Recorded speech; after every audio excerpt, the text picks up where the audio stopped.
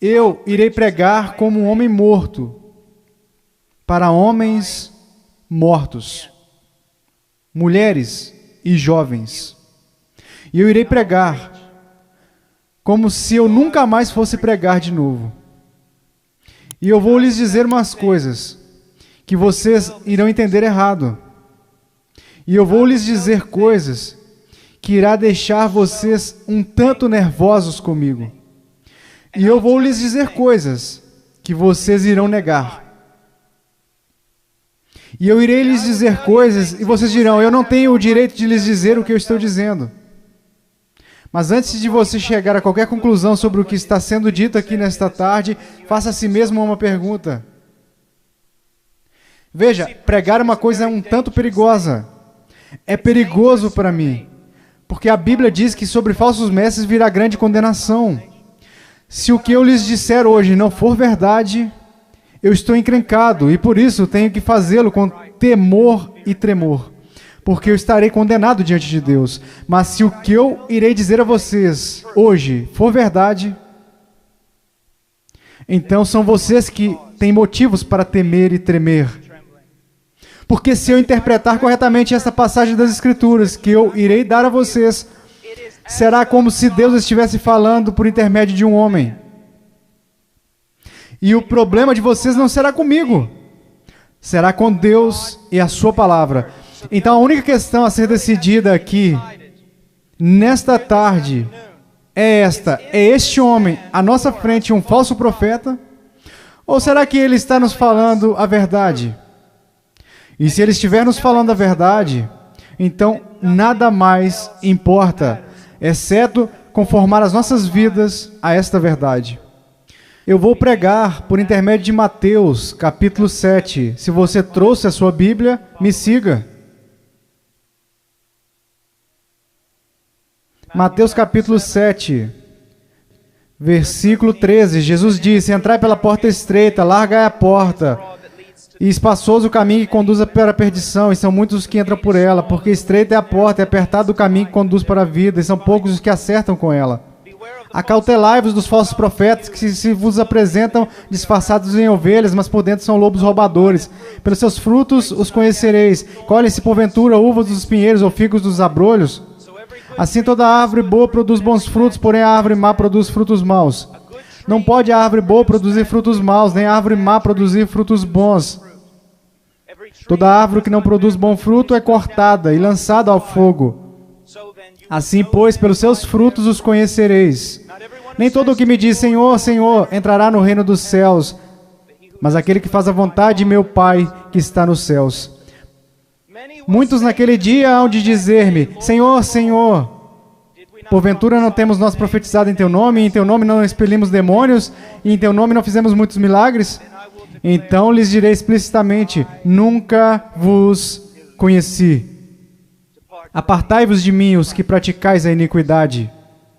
Todo aquele, pois, que ouve essas minhas palavras e as pratica, será comparado a um homem prudente, que edificou a sua casa sobre a rocha. E caiu a chuva, transbordaram os rios, sopraram os ventos e deram com ímpeto contra aquela casa, que não caiu, porque foi edificada sobre a rocha. E todo aquele que ouve essas minhas palavras e não as pratica, será comparado a um homem insensato, que edificou a sua casa sobre a areia. E caiu a chuva, transbordaram os rios, sopraram os ventos, e deram com ímpeto contra aquela casa, e ela desabou, sendo grande a sua ruína. Eu estou aqui hoje. Eu não estou preocupado no meu coração com a autoestima de vocês. Eu não estou preocupado no meu coração se vocês irão se sentir bem consigo mesmos, se a vida está do jeito que vocês desejam, ou se a conta bancária de vocês está verde. Só tem uma coisa que me tirou o sono. Só há uma coisa que me preocupou durante toda a manhã. E é isso aqui, ó. Em 100 anos, a maioria das pessoas neste edifício possivelmente estarão no inferno. E muitos que até mesmo professam Jesus Cristo como Senhor irão passar a eternidade no inferno. E você diz, pastor, como você pode dizer uma coisa como essa? Eu posso dizer uma coisa como essa porque eu não realizo meu ministério nos Estados Unidos.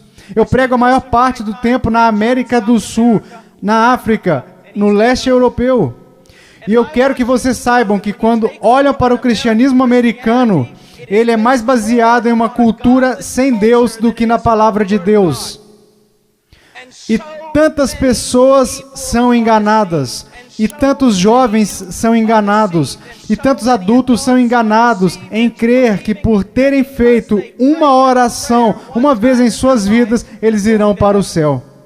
Então, quando eles olham ao redor e enxergam outros que confessam a Cristo e veem essas pessoas tão mundanas quanto o mundo, e se comparam uns com os outros, nada perturba os seus corações. Eles pensam, bem, eu sou igual à maioria do meu grupo de jovens. Eu vejo coisas que não deveria ver na TV, eu dou risada das coisas que Deus odeia, eu uso roupas sensuais, eu falo como o mundo, eu ando como o mundo, eu amo a música do mundo, eu amo tantas essas coisas do mundo, mas graças a Deus eu sou um cristão. Porque eu sou um cristão, eu não pareço diferente da maioria das pessoas da minha igreja.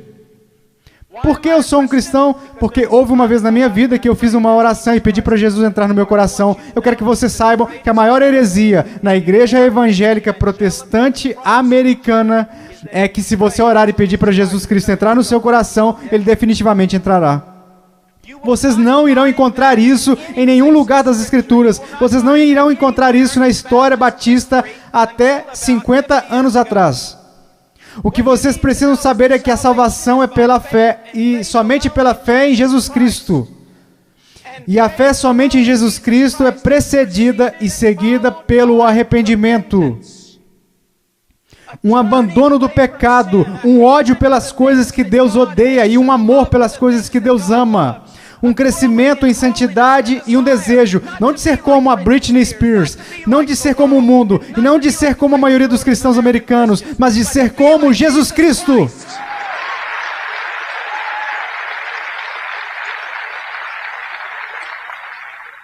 Eu não sei por que vocês estão aplaudindo, eu estou falando de vocês. Eu não vim aqui para ouvir améns, eu não vim aqui para receber aplausos, eu estou falando de vocês. Muitas vezes as pessoas vêm a mim e dizem, eu adoraria segui-lo até a Romênia, eu queria te seguir até a Ucrânia, eu adoraria pregar onde você prega e onde plantou igrejas no Peru, na floresta. E eu digo, não, você não iria. E elas dizem, sim, eu iria. E eu digo, não, você não iria. Por quê? Porque você seria expulso da igreja de lá. O que nós precisamos enxergar? Eu não estou querendo ser duro, apenas para ser duro. Vocês têm a noção de quanto amor é necessário para ficar na frente de 5.000 pessoas e dizer que o cristianismo americano é praticamente, completamente errado? Você sabe que vai me custar nunca mais ser chamado para algo assim? Ser impopular. Você sabe por que você faz isso? Você não faz porque você vai ser bem pago. Você não faz isso porque os homens te amam. Você faz isso porque você ama os homens e, acima de tudo, você quer honrar a Deus.